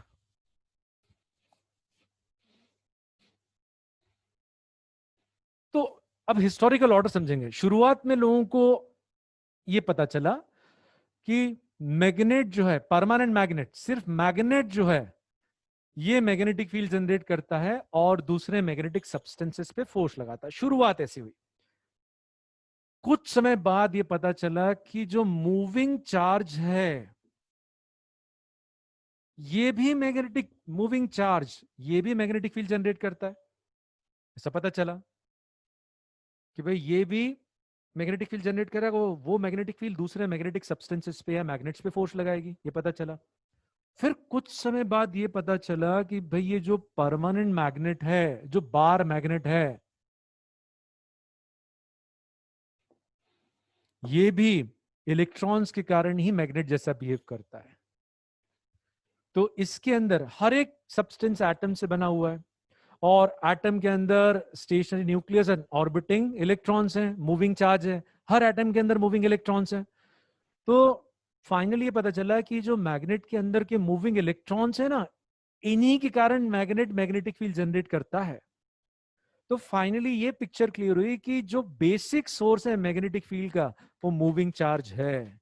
मैग्नेट भी मैग्नेट जैसा इसलिए बिहेव करता है क्योंकि उसके अंदर इलेक्ट्रॉन्स मूविंग है और इन सभी इलेक्ट्रॉन्स की रिजल्टेंट मैग्नेटिक फील्ड इस मैग्नेट की मैग्नेटिक फील्ड होती है। तो हिस्टोरिकल ऑर्डर एक बार फटाफट रिपीट करता हूं। एंशिएंट टाइम से लोगों को यह लगता था कि जो बार मैग्नेट है, परमानेंट मैग्नेट है, सिर्फ यही मैग्नेटिक फील्ड क्रिएट करता है। कुछ समय बाद पता चला कि मूविंग चार्ज भी मैग्नेटिक फील्ड क्रिएट करता है और दोनों को अलग अलग ट्रीट करते थे। इसकी ये एक अलग सोर्स हो गया मैग्नेटिक फील्ड का, ये एक अलग सोर्स। कुछ समय बाद और कुछ समय बाद ये पता चला कि भाई मैग्नेट भी मैग्नेट जैसा इसलिए बिहेव करता है क्योंकि उसके अंदर मूविंग इलेक्ट्रॉन्स हैं और मैग्नेट की मैग्नेटिक फील्ड यानी इन्हीं इलेक्ट्रॉन्स की मैग्नेटिक फील्ड है। तो फाइनली ये पता चला है कि बेसिक्स, ये भी लिखेंगे, the fundamental, the basic source of MF, the basic source of MF is moving charge particle. The basic source of MF is moving charge particle. ठीक है? नहीं, ये जो इलेक्ट्रॉन्स, हर मैग्नेट में इलेक्ट्रॉन्स हैं। सुनो, नैनी का बहुत बढ़िया डाउट है सर, हर सब्सटेंस पेन में भी इलेक्ट्रॉन्स मूव कर रहे हैं तो ये मैग्नेट जैसा क्यों बिहेव नहीं कर रहा है? बेटा सभी इलेक्ट्रॉन्स की मैग्नेटिक फील्ड आपस में कैंसिल हो जाती है। इस सब्सटेंस में जो डिफरेंट इलेक्ट्रॉन्स हैं उनके ऑर्बिट्स रैंडमली ओरिएंटेड है, तो उनकी फील्ड अभी अपन समझेंगे, ये आगे आएगा, उन सबकी फील्ड आपस में कैंसिल हो जाती है, तो ये मैग्नेट जैसा बिहेव नहीं करता। परमानेंट मैग्नेट में क्या होता है, ये जो इलेक्ट्रॉन्स है इनकी मैग्नेटिक फील्ड सबकी ऐड होती है, इसलिए वो परमानेंट मैग्नेट जैसा बिहेव करता है। नैनी क्लियर? नैनी ठीक है? तो हर सब्सटेंस मैग्नेट जैसा बिहेव नहीं करता, उसके लिए इलेक्ट्रॉन्स की जो मैग्नेटिक फील्ड है वो ऐड होना जरूरी, वो आपस में कैंसिल हो जाएगी तो फिर सब्सटेंस मैग्नेट जैसा बिहेव नहीं करेगा। ठीक है? और हमको सबसे important magnetic field, point charge की मैग्नेटिक फील्ड कैलकुलेट करते आना चाहिए। तो सबसे पहले अपन सीखेंगे मैग्नेटिक फील्ड, उसके लिए सिंबल यूज करेंगे बी। हाँ, मैग्नेटिक फील्ड के लिए सिंबल यूज करते हैं बी और इलेक्ट्रिक फील्ड के लिए ई यूज करते हैं। Magnetic field of moving point charge. अच्छा, मैं ये बताना भूल ना जाऊं, बीच में 1 मिनट के लिए ब्रेक ले रहा हूं। आपको कल का लेक्चर अटेंड करने के पहले क्रॉस प्रोडक्ट बहुत अच्छे से पढ़ के आना है। क्रॉस प्रोडक्ट दो वेक्टर्स का कैसे कैलकुलेट करते हैं, उसकी सारी प्रॉपर्टीज और कुछ क्वेश्चंस भी कर लें।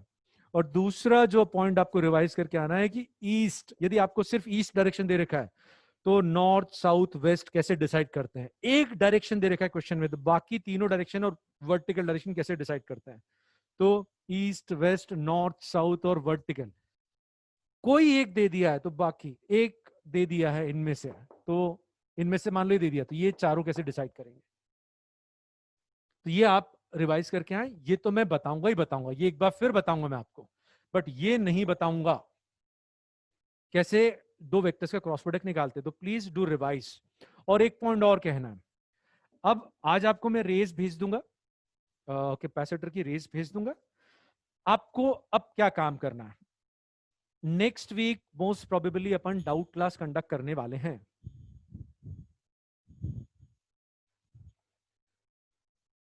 तो अब आपको क्या तैयारी रखना है, आपको करंट और कैपेसिटेंस दोनों का रिवीजन कंप्लीट करके इसके मॉड्यूल और रेस और एक सोर्स, और सोर्स अब मैं नया सोर्स खरीदने को नहीं कर रहा हूं, आपके पास डीसी पांडे लगाओ, जीआरबी है जीआरबी लगाओ, आपके पास सेल्फ स्कोरर है सेल्फ स्कोरर लगाओ। जिनको फिजिक्स में प्रॉब्लम ज्यादा है मैं उनको कहता हूं कि जीआरबी या सेल्फ स्कोरर लगाओ, क्योंकि बहुत सारे क्वेश्चन है तो कंफर्ट लेवल बढ़ता है। ठीक है, कम क्वेश्चंस के लिए डीसी पांडे, और यदि आप कम क्वेश्चंस लगाना चाहते हो, आपके पास जीआरबी है, तो आप ऑड नंबर क्वेश्चंस अटेम्प्ट कर सकते हो। ठीक है, और नेक्स्ट वीक अपन लेटर हाफ में डाउट सेशन रखेंगे, तो आपके डाउट्स आप इकट्ठे करो, पूरा थ्योरी कंटेंट एक एक लेक्चर अच्छे से रिवाइज करो, लेक्चर कंटेंट के क्वेश्चन आप खुद सॉल्व करो, जो क्वेश्चंस आपसे नहीं बने थे मॉड्यूल के और रेस के और टेस्ट के, पहले वो अटेम्प्ट करो, और फिर एक नया सोर्स। इसमें भी सेम पैटर्न, अब इसमें तो क्वेश्चंस पेपर के ज्यादा नहीं रहेंगे, बट मॉड्यूल रेस लेक्चर कंटेंट और न्यू सोर्स तैयार रखो। डेली आपको 50 क्वेश्चंस का टारगेट रखना है, कंपलसरी है, नहीं तो फिजिक्स गड़बड़ हो जाएगा। क्या होगा, करंट बहुत अच्छा है सर, बहुत अच्छा है, बन रहा है, 2 महीने बाद सब साफ। ये बहुत जरूरी है, डेली 50 क्वेश्चंस का टारगेट, मिनिमम 50। क्लियर है ये? यस सर, ओके, यही चाहिए, ओके सब, मतलब पूरी एनर्जी से लग जाओ। अच्छा, magnetic field of moving point charge, PT यानी point charge.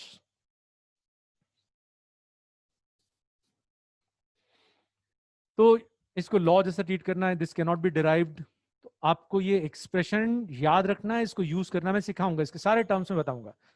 Mu naught by 4 pi Q V cross R by R cube, एक एक टर्म इसका समझाऊंगा कि क्या है। तो पहले यूनिट्स बता देता हूं, मैग्नेटिक फील्ड जो मेजर करेंगे, बी मैग्नेटिक फील्ड, वो एसआई सिस्टम में उसकी यूनिट है टेस्ला, कैपिटल टी, और सीजीएस में है Gauss, and 1 Tesla is 10 to the power 4 Gauss. You have to remember. Don't try to derive this. Second जो टर्म अपन समझेंगे, ये जो म्यू नॉट है, इसका नाम, इसका फील थोड़ा सा लेट डेवलप होगा। Mu naught is magnetic permeability of vacuum और फ्री स्पेस,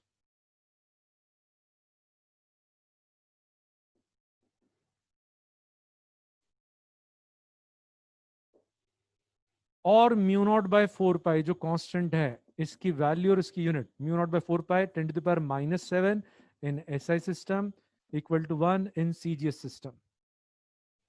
न्यूमेरिकल सॉल्व करते समय इसको 10 to the power -7 से रिप्लेस करेंगे, ज्यादा करके एसआई सिस्टम यूज करेंगे, कभी सीजीएस सिस्टम यूज किया तो इसको 1 से रिप्लेस कर देंगे। और unit don't try to remember, directly यहीं से डिराइव करके आपको बताता हूं। पहले इतना स्क्रीनशॉट ले लो, तो क्योंकि डेरिवेशन में सब ये उलझ जाएगा। इतना कंटेंट आप नोट्स नहीं बना रहे हो ना, बढ़िया स्क्रीनशॉट लो आप तो।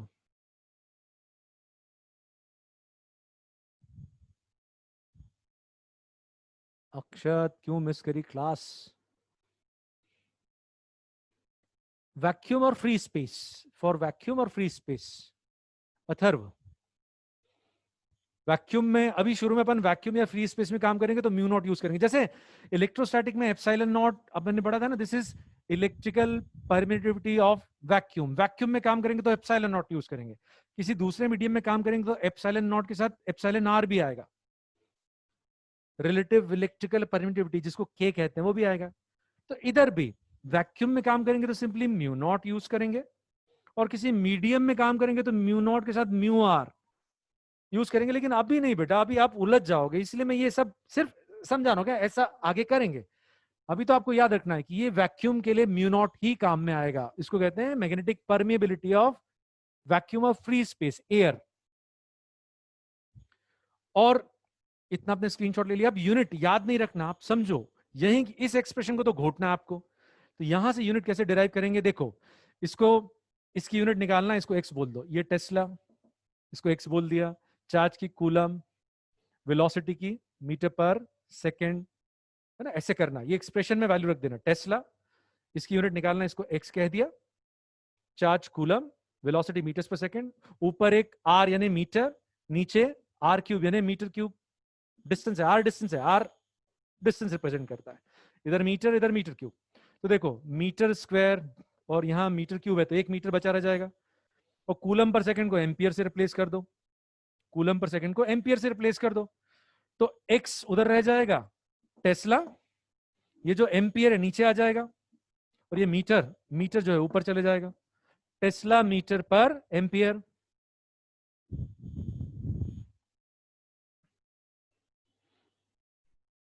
वैक्यूम की स्पेलिंग गलत है, कोई बात नहीं, करेक्ट कर लो, ठीक है। गॉस के बाद है equal to capital G, symbol उसके लिए कैपिटल जी यूज करते हैं। तो ये जो हॉचपॉच हो गया है, इसको एक बार एक्सप्लेन कर देता हूं, आप घर पे करना। इसकी जगह एक्स लिख दो, हटाओ, इसकी जगह एक्स लिखो, ये चाहिए, इसकी जगह कूलम, वी की जगह मीटर पर सेकेंड, ऐसे लिखते जाओ ना, मीटर, मीटर क्यूब, फिर सब, और इसकी जगह टेस्ला, और सबको इधर शिफ्ट कर दो, ठीक है। ओहो, टाइम ही होने आ गया, टाइम हो गया। चलो आज के लिए इतना है, कल इसको आगे कंटिन्यू करेंगे। बट मेरी बात आप